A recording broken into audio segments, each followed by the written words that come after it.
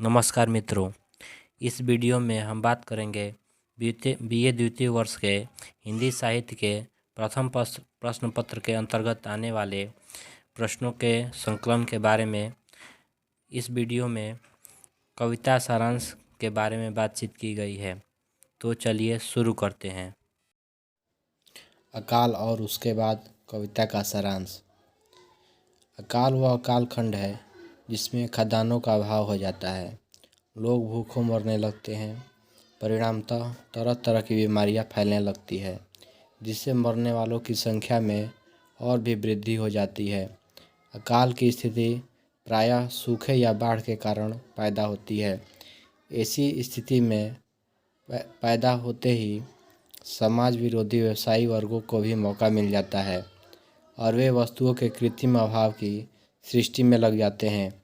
जो हो, ऐसे ही एक अकाल और उसके बाद की स्थिति का वर्णन इस छोटी सी कविता में हुआ है। प्रश्न है, मोचीराम कविता का सारांश।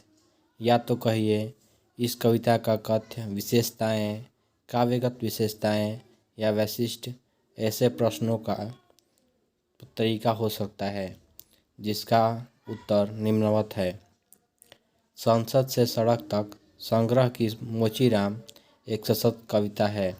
कविता का केंद्रीय पात्र मोचीराम एक शोषित एवं दलित वर्ग का प्रतिनिधित्व करता है। इस वर्ग के लोगों का दुखद पक्ष यह है कि उन्हें कठोर परिश्रम करना पड़ता है, फिर भी श्रम का उचित पुरस्कार नहीं मिलता। उल्टा उन्हें शक की निगाह से देखा जाता है, उनकी ईमानदारी पर शक किया जाता है। पेशे या जाति के आधार पर किसी को छोटा या बड़ा सिद्ध करने की मानसिकता का विरोध कविता में साफ साफ दिखाई देता है।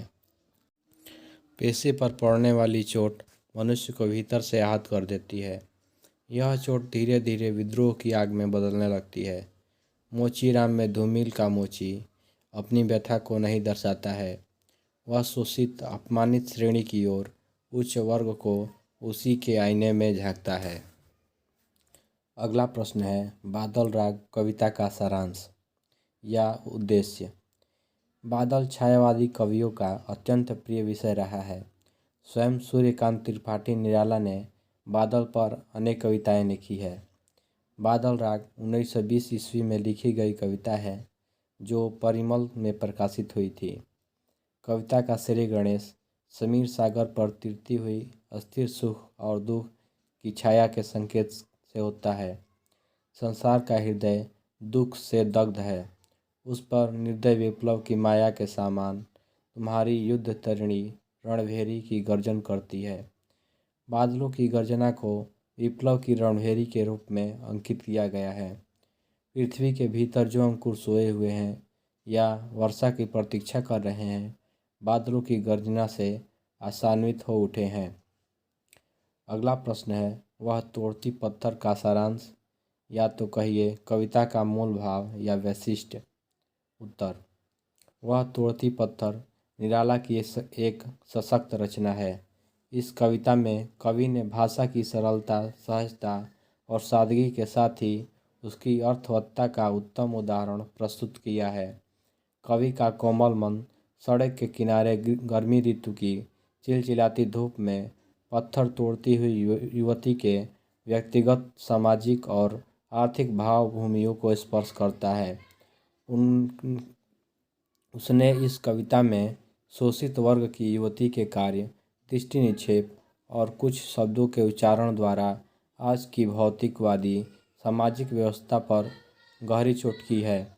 आश्चर्य तो यह है कि कहीं भी उसने व्यवस्था को खुले शब्दों में न चुनौती दी है, न कोई फतवा या ललकार है।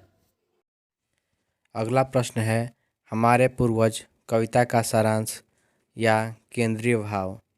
उत्तर, हमारे पूर्वज शीर्षक कविता में कवि अपने पूर्वजों की कीर्ति, बलिदान, शांति कारक उपदेश, उच्च कर्तव्य, संवेदना और के प्रति अपना आदर भाव व्यक्त किया है और आशा करता है कि हम अपने पूर्वजों के गौरवमय इतिहास को वर्तमान में भी अनुकरणीय बनाएं।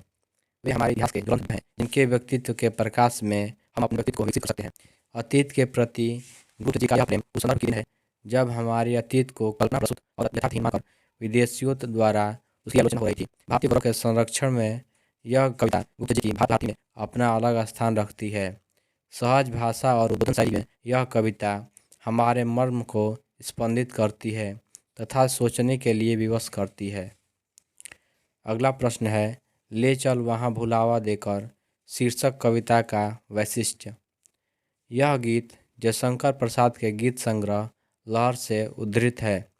यहाँ कवि अपने अशांत मन की शांति के लिए किसी ऐसे स्थान की तलाश कर रहा है जहाँ इस संसार की सांसारिकता न हो, यदि हो तो सर्वत्र प्रकाश हो, सद्वृत्ति हो, सत्य हो और निष्कपट निश्चल प्रेम।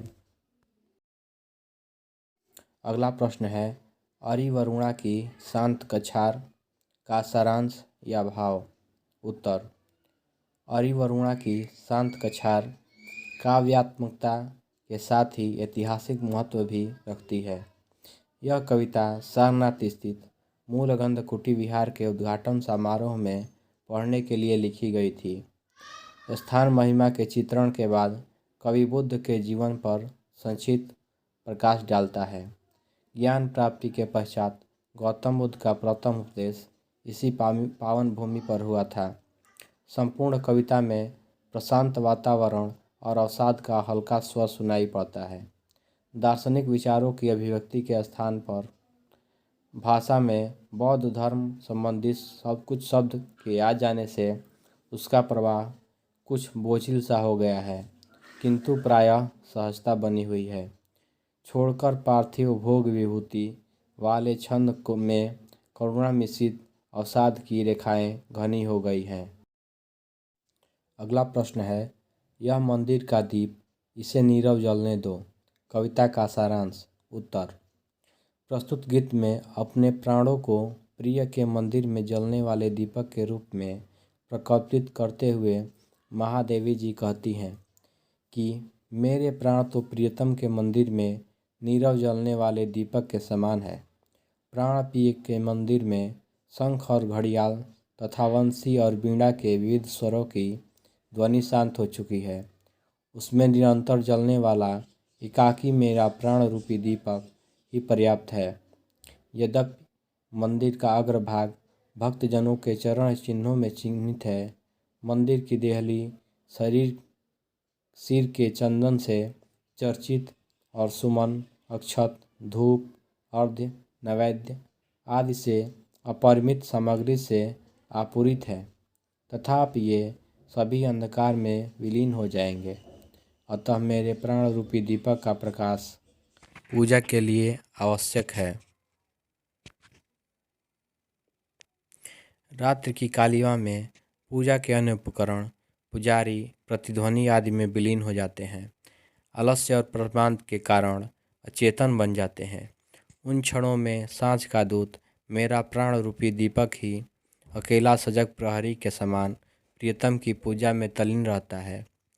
इस प्रकार प्रस्तुत गीत में इस बात को स्पष्ट किया जाता है कि जिन क्षणों में पूजा के अन्य उपकरण निरर्थक हो जाते हैं, लोग भी पूजा से विरत हो जाते हैं, उन क्षणों में प्राण रूपी दीपक सतत प्रज्वलित रहकर प्रियतम की पूजा में तल्लीन रहकर अपनी सार्थकता बनाए रखता है।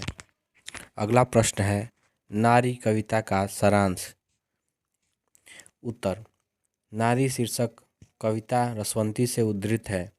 यह दिनकर की श्रृंगारपूर्ण रस गीतों का संग्रह है जो हुंकार के तुरंत बाद 1940 ईस्वी में निकली थी। इस कविता में नारी की दुर्दशा, नारी के उत्पीड़न, नारी के स्वतंत्र विषय पर कुछ भी नहीं लिखा गया है। इस कविता में मात्र श्रृंगारिक चेष्टाओं, हाव भावों तथा उनके सौंदर्य का निरूपण श्रृंगार रस की दृष्टि से किया गया है।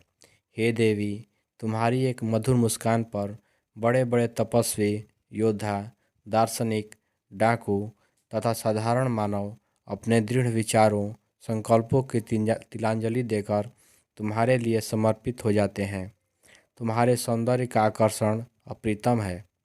अंततः कवि नारी को संबोधित करता है कि तुम मेरे स्वप्नों में समाहित हो और परिणाम स्वरूप मुझ भिक्षुक के गान तुम्हारे पीछे पीछे ध्वनित हो रहे हैं।